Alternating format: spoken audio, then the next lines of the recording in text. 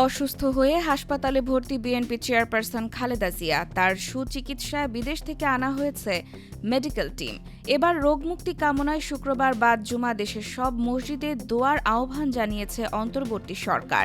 বৃহস্পতিবার সকালে প্রধান উপদেষ্টার ফেসবুক পেজে প্রকাশিত এক বিবৃতিতে এ আহ্বান জানানো হয়। এতে বলা হয়, 3 বারের সাবেক প্রধানমন্ত্রী, সাবেক রাষ্ট্রপতির স্ত্রী ও বিএনপি চেয়ারপারসন খালেদা জিয়ার রোগমুক্তি কামনা করে আগামী শুক্রবার বাদ জুমা দেশের সব মসজিদে দোয়ার আহ্বান জানিয়েছে অন্তর্বর্তী সরকার। এতে আরও বলা হয়, পাশাপাশি মন্দির, গির্জা ও প্যাগোডা সহ অন্যান্য ধর্মের উপাসনালয়ে সংশ্লিষ্ট ধর্মের রীতি ও আচার অনুযায়ী প্রার্থনার আহ্বান জানানো হয়েছে। একই সঙ্গে দেশের সর্বস্তরের মানুষকে নিজ নিজ অবস্থান থেকে খালেদা জিয়ার রোগমুক্তির জন্য দোয়া ও প্রার্থনার জন্য অনুরোধ করা যাচ্ছে।